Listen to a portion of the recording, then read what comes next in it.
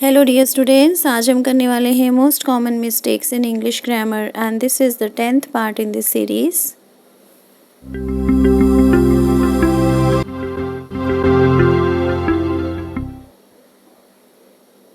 Using the wrong preposition।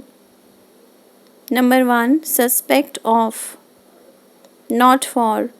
Suspect के बाद आपने हमेशा ऑफ लिखना होता है, फॉर नहीं लिखना होता है।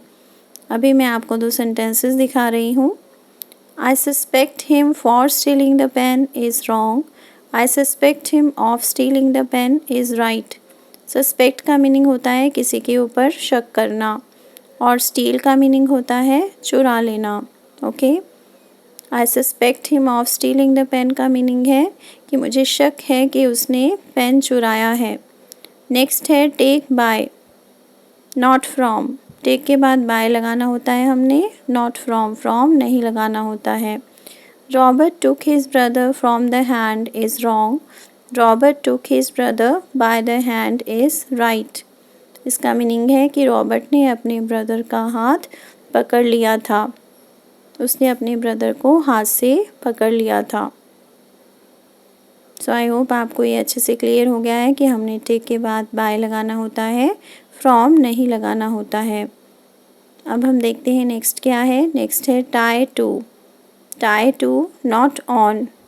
टाई का मीनिंग होता है बांधना। The girl tied the string on the kite. The girl tied the string to the kite. तो यहाँ पर सेकंड सेंटेंस जो है वो करेक्ट है। The girl tied the string to the kite, यानी कि लड़की ने काइट के ऊपर एक डोरी बांध ली थी। ओके, लड़की ने काइट को डोरी से बांध लिया था।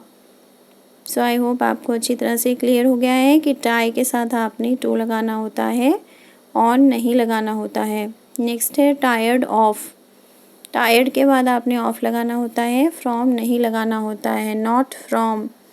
The boys are tired from eating boiled eggs is wrong. The boys are tired of eating boiled eggs is right. Okay, तो आपने अच्छी तरह से इसे समझना है कि टायर्ड के बाद आपने ऑफ लगाना होता है। बॉयज़ बॉइल्ड एग्स खाकर थक गए हैं। Okay, the boys are tired of eating boiled eggs का मीनिंग है कि बॉयज़ बॉइल्ड एग्स खा कर थक गए हैं। इट मीन्स कि अब वो उन्हें नहीं खाना चाहते। तो अभी हम देखते हैं नेक्स्ट क्या है। नेक्स्ट है translate into, not to. Translate के बाद आपने इनटू लिखना होता है, टू नहीं लिखना होता है। इसमें बहुत सारे स्टूडेंट्स मिस्टेक करते हैं। Translate this passage to English is wrong. Translate this passage into English is right. Okay, तो आपने इस तरह के सेंटेंस में हमेशा ध्यान रखना है कि ट्रांसलेट के बाद इनटू लगाना है। Okay, translate this passage into English, यानी कि इस पैसेज को इंग्लिश में ट्रांसलेट कर दो।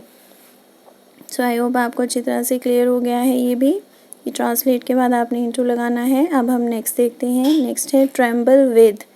ट्रेम्बल विद का मीनिंग होता है कांपना।